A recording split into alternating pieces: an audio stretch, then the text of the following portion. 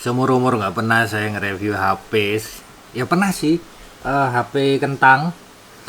Terus Nokia, Samsung lipat Nokia yang kemarin itu, yang vlog yang kemarin yang minggu lalu.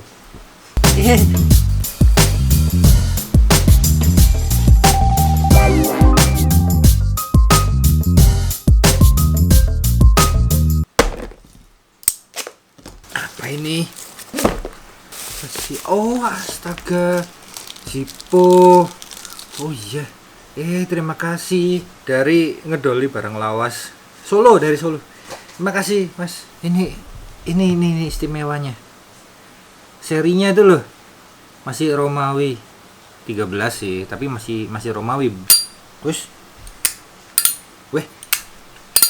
saya memang ngumpulin Zippo teman-teman, dan dari Solo ada kawan yang ngirim. Ini dari Viata, terima kasih Viata. Airboom Nitro X MS 40 MS Airboom Nitro X. Ini akan segera saya review dan akan saya giveaway kan juga. Ini masuk banyak loh, banyak, enggak 30 lebih barang yang akan saya giveaway kan kepada Anda. Jadi video ini disponsori oleh SB Gadget dan SB Lighting, karena saya dipinjemin iPhone 12 Pro Max 256 GB. 256, iPhone saya aja cuma 64 ini. Kalau ini punya saya sendiri teman-teman, iPhone 6s Plus, iPhone jadul, udah pecah-pecah juga. Tapi saya suka pakai iPhone. Unbox. Wah, keren. Ini adalah iPhone 12 Pro Max, keren banget ya teman-teman. Pengen tapi nggak mungkin. HP Sultan. Ini kalau dibandingin sama iPhone 6 saya. Lebarnya sama ternyata teman-teman. Lebarnya sama persis sama iPhone 6s Plus. Panjangnya ya panjangan iPhone 12 Pro Max. Beratnya sama sih. Beratnya sama. Gila, ini HP mahal. Logam besi. Nah, saya tuh sukanya dari iPhone tuh karena bahannya dia bisa mengantarkan panas ya istilahnya. Jadi kalau panas terus kita di ruangan yang berangin atau ber-AC, itu dinginnya itu nyerap ke body. Ininya beda ya. Jadi kalau 6s Plus itu di samping sebelah kanan, kalau ini sebelah kiri untuk masukin SIM cardnya maksudnya. Dapat apa aja sih ini emangnya? Dapat kabel charger, dapat design by Apple in California. Ini dapat buat bukain ini. Dapat stiker Apple juga. Buat nyabut buat SIM card ini loh. Dan buku-buku kecil sedikit. Sudah nggak ada apa-apa lagi. Astaga. Saya aja beli yang ini, dapat charger, dapat kabel, dapat buku juga, dapat stiker juga sama, dapat colokan juga sama. Ini nggak dapat apa-apa. Ini cuman HP, charger dan colokan SIM cardnya saja. Ya udah, nyalain yuk. Halo. Halo, astaga. Ya ini kebiasaan saya kalau pakai HP jadul itu kan saya bisa megang begini. Kalau ini kan saya nggak bisa megang. Kalau saya megang begini kena layarnya. Iya nggak sih? Jadi megangnya harus begini. Megangnya begini. Pegang pinggirnya. Swipe to open. Swipe. Push. English. Select your country region. Ini mau saya setting sekarang Om SB Gadget, nanti jadi milik saya loh. Ini nggak bisa, dia harus connect ke internet kalau mau setting. Ujung-ujungnya ke sini lagi. Proses. Saya tuh pengen nyoba kameranya. Restore from iCloud. Don't transfer app and data. Oke, Apple ID saya nanti aja, nggak bisa dah.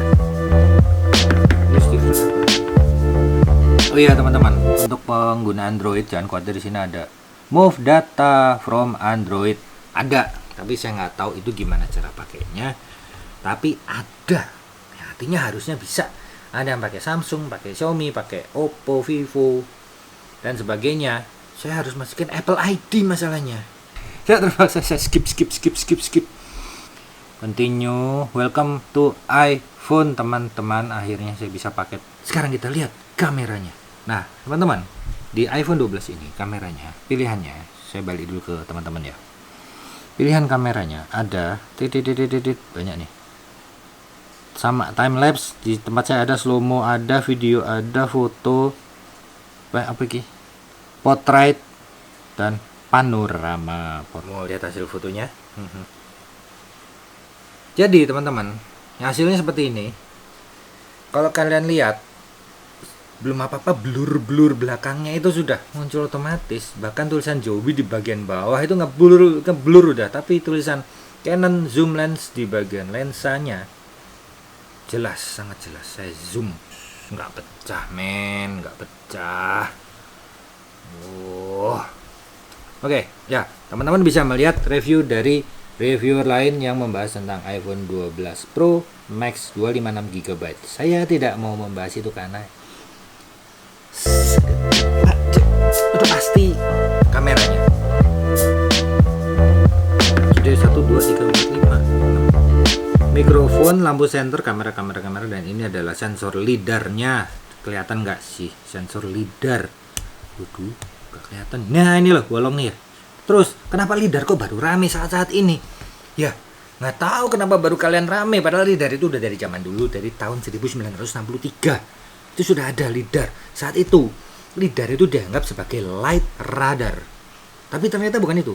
Karena lidar itu adalah light detection and ranging. Nah, radar sendiri adalah radio detection and ranging. Sonar, sound detection and ranging.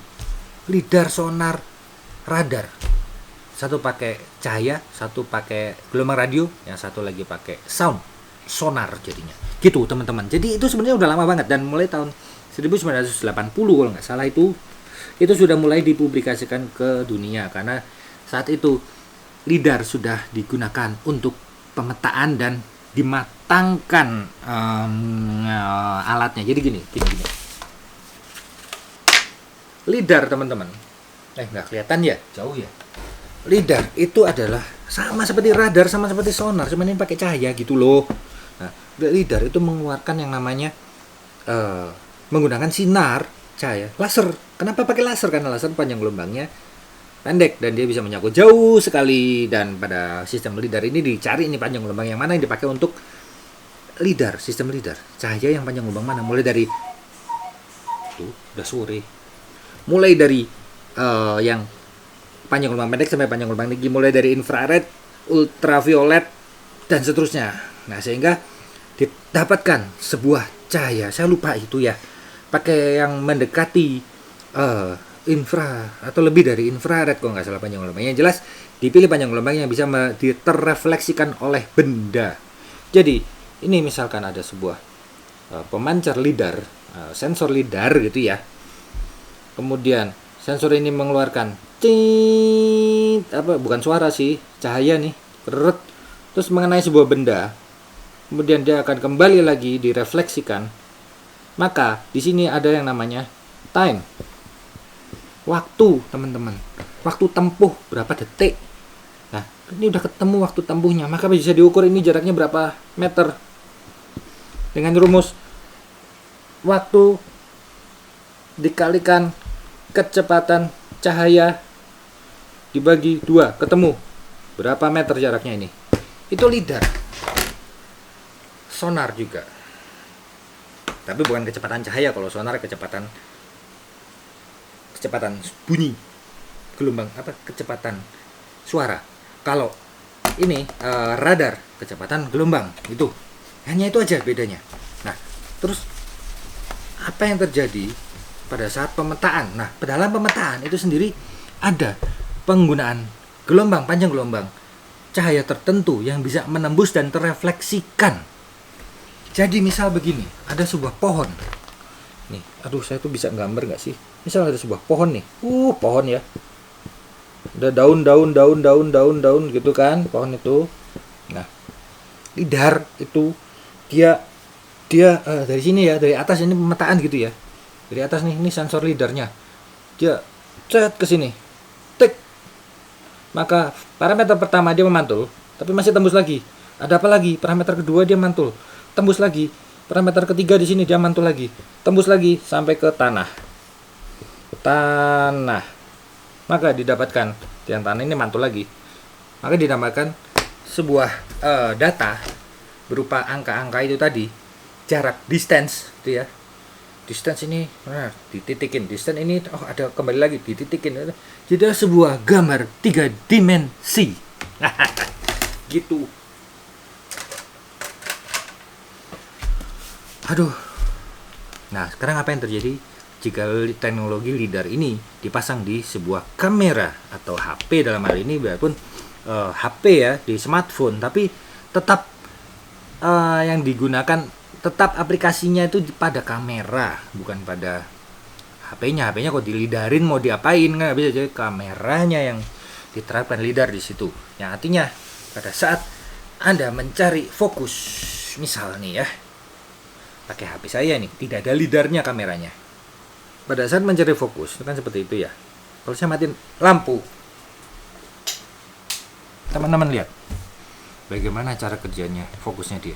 Dia mencari fokus di tempat yang area gelap itu lebih sengsara tuh ngeblur, ngeblur, nggak bisa. Tapi kalau yang pakai LiDAR, gelap. Kalau yang pakai LiDAR, ayo dong kamera, maka fokusnya dia nggak peduli dengan cahaya gelap. Karena dia memiliki sensor LiDAR di sini. Dia sudah bisa memfokus diri saya, karena yang digunakan sudah bukan lagi sumber cahaya. Sebentar nyalain lampu lagi. Tapi yang digunakan adalah pantulan sinar laser yang ada di sini. Ini ada mengeluarkan sinar laser. Lihat deh. Ya. Itu ada sinar laser, pulse, dalam bentuk pulse. Dia mencari pantulan dari dirinya sendiri yang mengirimkan sinyal pulse laser pantulan. Dan fokus akan sangat tepat pada saat kondisi gelap. Beda dengan kamera HP biasa, beda dengan kamera saya ini. Kalau udah tempat gelap, mau ngefokus pohon malam hari, nggak fokus, autofokusnya yang saya maksud ya, autofokusnya nggak bisa dapat. Sengsara. Kalau seandainya kamera saya ini ada LiDAR-nya, maka dia akan seperti ini. Malam hari, objek gelap difokusin, langsung fokus, cepret. Itulah LiDAR pada kamera yang telah diterapkan di iPhone 12 Pro Max ini. Haus, bentar ya, minum.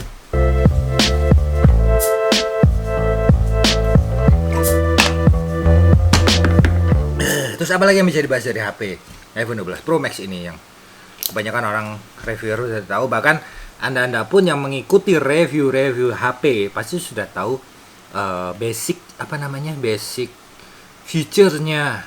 Bisa baca malah di Google banyak. Saya nggak tahu ini dual SIM card nggak ya.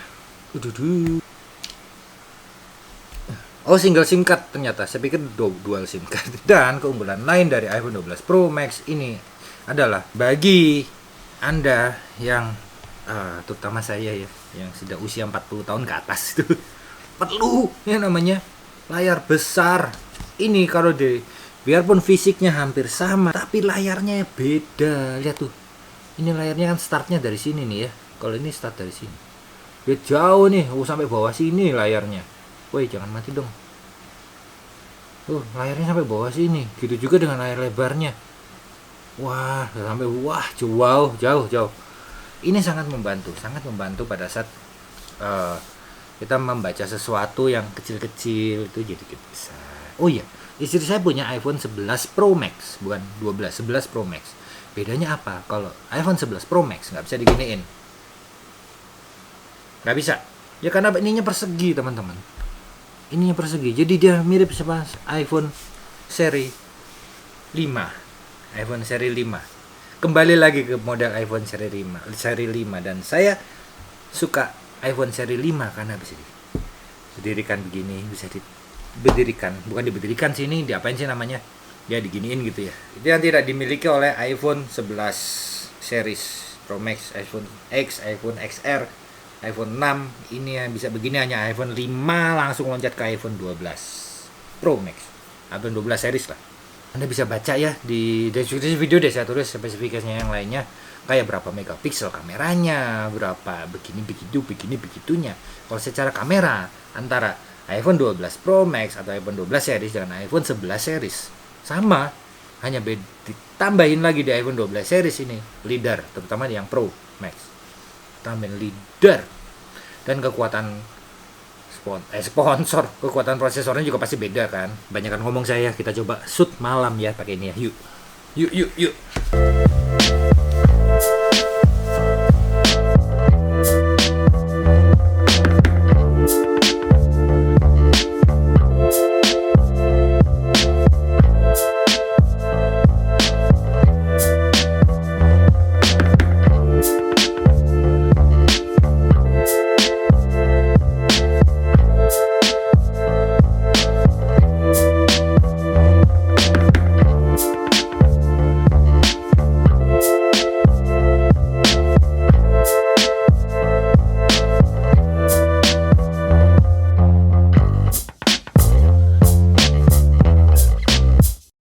Oke teman-teman, ini saya tes pakai HP ini iPhone 6s Plus saya.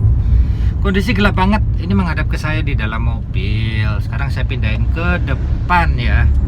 Ini hasilnya video iPhone 6s Plus menghadap ke depan, kamera belakang maksudnya. Bandingin ya sama iPhone 12 Pro Max.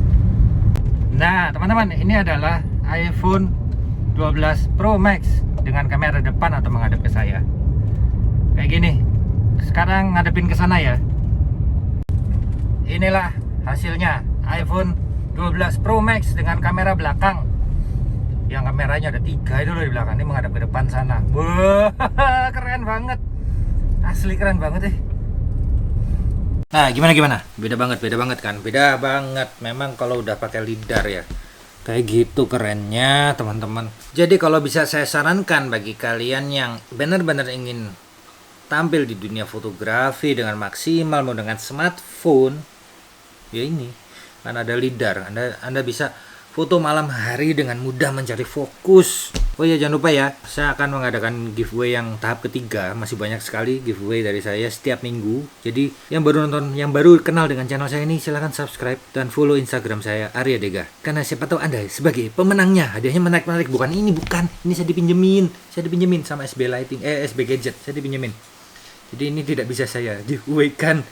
Kalaupun boleh di giveaway, ya, buat saya aja.